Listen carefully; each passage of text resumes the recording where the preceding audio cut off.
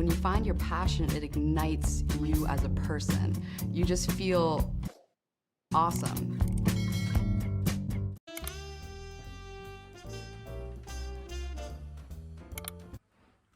Hello, how are you? Welcome back to my channel. If you are new here, welcome. If you are a returning viewer and have not yet subscribed, like, what are you doing? Stop being weird. All right, so today we have some live action rolling. I'm going up against a fellow ginger who is about the same experience as me. So we are battling head to head. It is an all-out war of technical exchanges. And what I'm doing for the people that have subscribed to my Patreon, I'm narrating this with technical detail and also letting you know, like, okay, not only am I describing the technical move being completed, I'm also telling you why that move is effective and what the movement is doing in order to help attack or help defend specific situations. And what I'm going to do for this video is I'm going to help you out. I'm going to help you out by letting you know, like, a key principle to pay attention to throughout this whole video, because especially if you're just starting, if you're a beginner, it can seem very overwhelming and you might be asking yourself, this is two common beginner questions.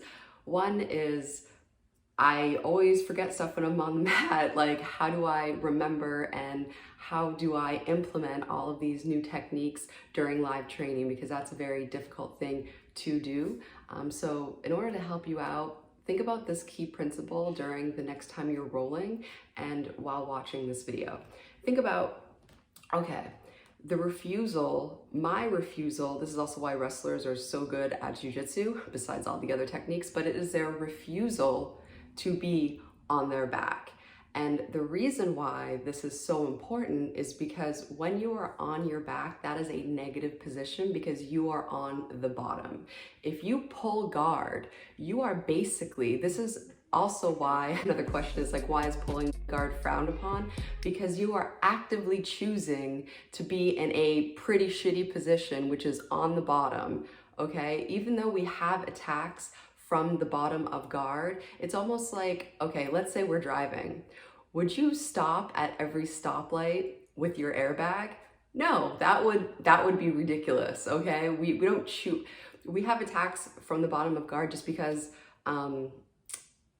they're good to have in a holy shit moment, but we don't want to choose to actively be there. Even in judo, if you look at judo, some of the throws are called sacrifice throws, and a sacrifice throw in judo is when it lands you on the top in guard, okay? Which is even better than on the bottom of guard. Now, in judo, if that's a sacrifice throw to be on top of guard, what's on the bottom of guard? Like, that would be called like a suicide throw. You know what I mean? It would be like, what are you doing? Why are you choosing to be there?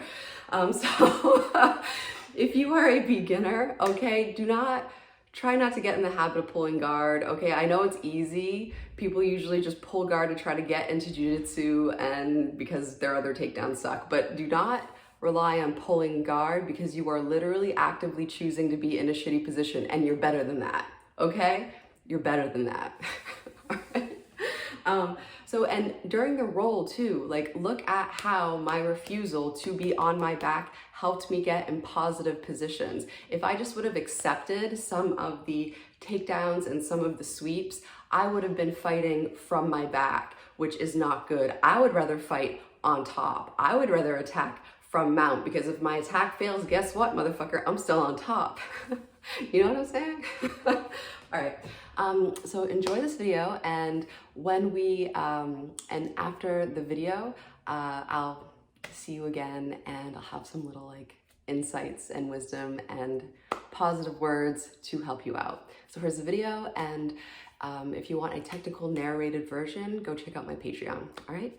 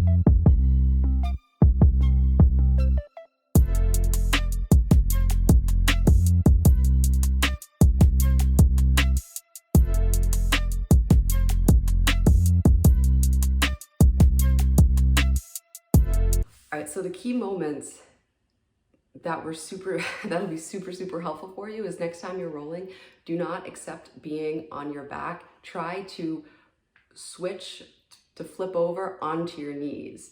So that's super helpful. And then also, so one thing that it's very hard for beginners to understand is like there's different levels to this. And sometimes as a beginner, it can feel very frustrating because even when you start to get things to work, people who are more experienced than you are gonna know exactly what you're doing and they're gonna be there with the defense to shut it down. Like you could see the fast-paced war between me and Keith. It was like, he does something, I do something, he does something, I do something. And this was in slow motion. Like this was a 5-minute roll. Like things were happening second. So know that if you are able to even respond to one thing, that's good. So you can look at jujitsu like learning a language. You're not going to be fluent in it right away and like be talking back and forth. You're gonna learn like hi, hello, and just celebrate those, like the good moments that you do have. So for example, for your first couple of years, a good moment would be, I was on my back, I was on the bottom of side control, and I remembered how to do the first step of a technique. And I'll tell you 2 principles.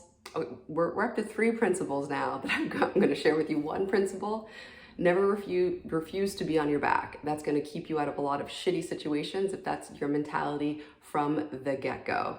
Another principle is when you are on your back and somebody has you in side control, get your knee in, the bottom knee that's closest to the ground, try to get that in there, or get the far side underhook. And that's like the first step. If you know the first step to any of the escapes and you know how to do it quickly, by repetition and drilling, you're well on your way. And yeah, just know you're doing a good job. I know it feels like sometimes things aren't working, it can be frustrating, but I promise you, just keep on at it, and you know, you're gonna be beating up white belts in no time. No, just kidding. I'm kidding. It's not about winning. It's about, you know, doing the technique. But I just show the techniques working with white belts just to give, you know, an example of like how things do work when you train a lot. And training meaning being on the mats and rolling. So get out there, at least do one roll per week if you're a beginner. Don't just do class and then leave. Like try to get into rolling. That's good for self-defense too, because then you're able to know what it feels like to be in a real fight, and you're able to control your emotions better. So just rolling and being able to keep calm, step number 1, which is usually like really overlooked. All right, so I will see you later. I'm gonna go film the Patreon, and yeah, until next time, you're doing great. Keep it up.